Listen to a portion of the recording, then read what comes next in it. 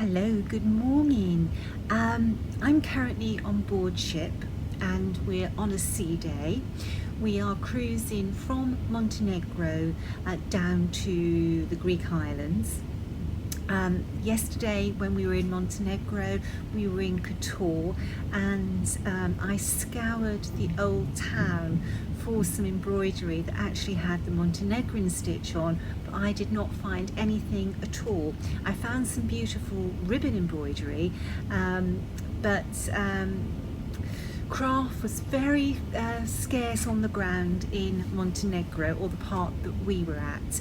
Now, lots of you know that I'm on a week's holiday and we're on board ship. It's a ship that we love very, very much. It's an old ship, but it's a beautiful ship to us. This is home from home. I'm currently in the library. I was outside stitching, hence the sunglasses, but I had a email asking what do I bring on holiday with me. So I've popped downstairs, what I hope to be away from the crowd, to just have a chat to everybody and share with you what I bring with me when I travel. Well, I always bring a pouch. So this is my travel pouch for this holiday. And I guess one of the most important things for me is glasses. I could not stitch without my glasses, and I always like to have a little bit of fun with my glasses, so I have brought a pair that will coordinate with most of my outfits. If you've got to wear glasses, you might as well wear them with style. Now, because glasses are so important to me, I've also brought a spare pair of glasses, again, which coordinates with a lot of the outfits that I've chosen for this holiday. I know it's batty, but then that is me. Okay, so the next important thing to bring with me is my actual sewing project, but I'll save that to last and show you. In my bag, I have my chart, and as this is a model, this is my working copy.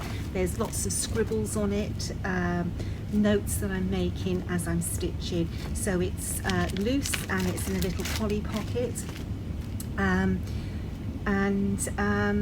Yeah, next time you see this will be in a nice booklet, hopefully.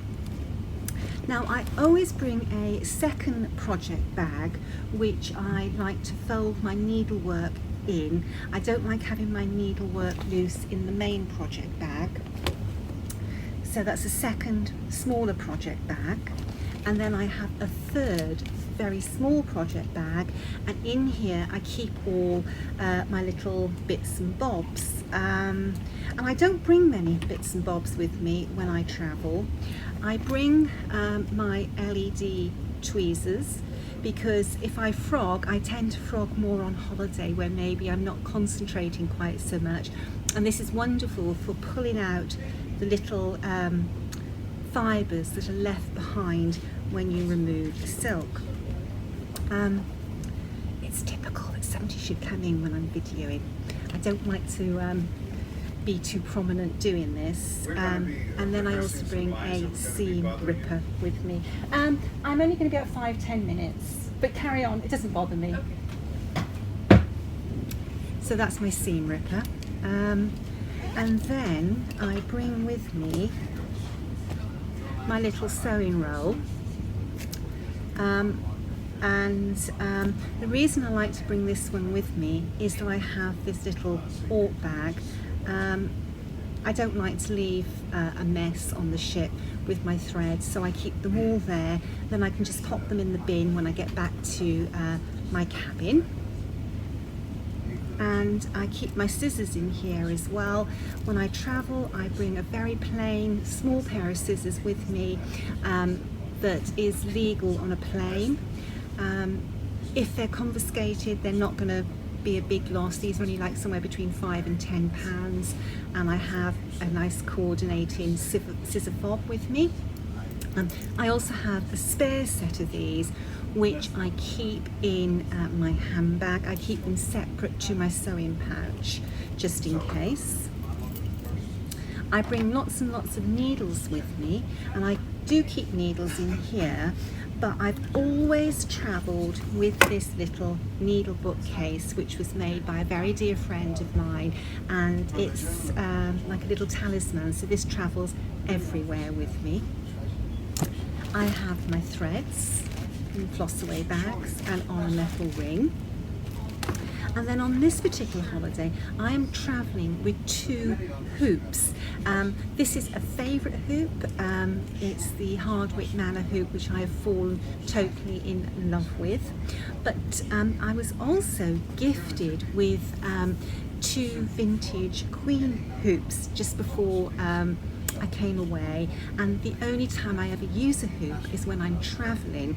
So I have brought with me a vintage Queen's hoop, and I'm alternating between these 2 as I stitch, but I wanted to use this hoop. A friend of mine went to an awful lot of trouble to get the hoop for me, so of course I want to use it. I have a little needle nanny, and this was a gift from a friend as well, and it's travelling with me on this project. And this project is the day 2 project for my workshop at Sassy Jack's Stitchery. And what I've done, last night in the cabin, I stitched the outline of this house. So today, now when I'm out on deck and chatting to my husband and, you know, to other people, socialising, because it's at sea day, we don't get off the ship today, I can just colour this in and I don't have to worry too much about counting. You can see this morning I've coloured in part of a door into this little house on this sweet Scottish sampler. So yeah, that is my travel kit. It doesn't take up a lot of room. On this particular holiday, I have not brought my Aristo stand and frame. We decided that we wanted to travel quite light, so we are traveling with less luggage than we normally do. We might go home with a little bit more if we come across anything interesting. We love browsing through the old parts of towns that we visit, where you can find crafts, or you know, if we're cruising around Italy, we always go back with handbags, belts and shoes. The belts and the shoes are for my husband though. Anyway, so I'm starting to waffle now, so it's probably time to say goodbye and for me to go back on deck and join my husband and stitch my way from Montenegro to the Greek islands. And for now, bye-bye.